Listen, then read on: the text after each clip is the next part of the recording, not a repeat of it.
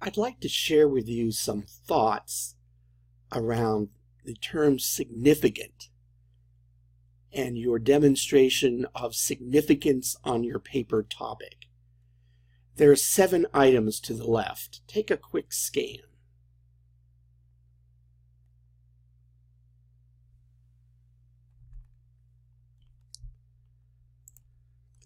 Well, you're trying to prove in your paper that the topic you've selected is worthy of attention and that is important. The first topic is timeliness. Here's a guy going into a scanner just in time to diagnose him. So in terms of research topics, timeliness means something that's people are talking about right now or recently. You may want to say that your paper will fill a gap in existing information or knowledge.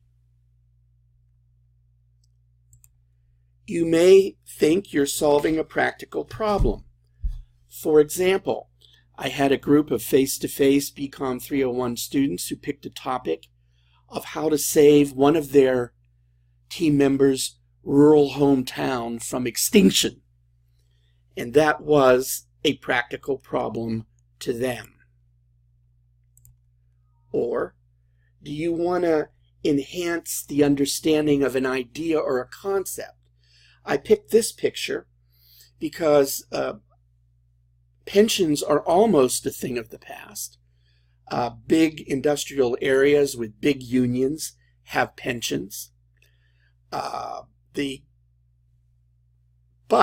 fact is, pensions are a dying thing. And if you want to talk about the concept of a pension to someone much younger, you're really going to have to get down to brass tacks about what the pension is and how it works. Or your research may relate to a particular population. And I ask my face-to-face students, what are the populations in this picture? And the first one, they said teenagers. And one guy told me this is the elderly. And I laughed and I said, well, he's a baby boomer, so I guess he and I are elderly people. And everybody in the class started laughing.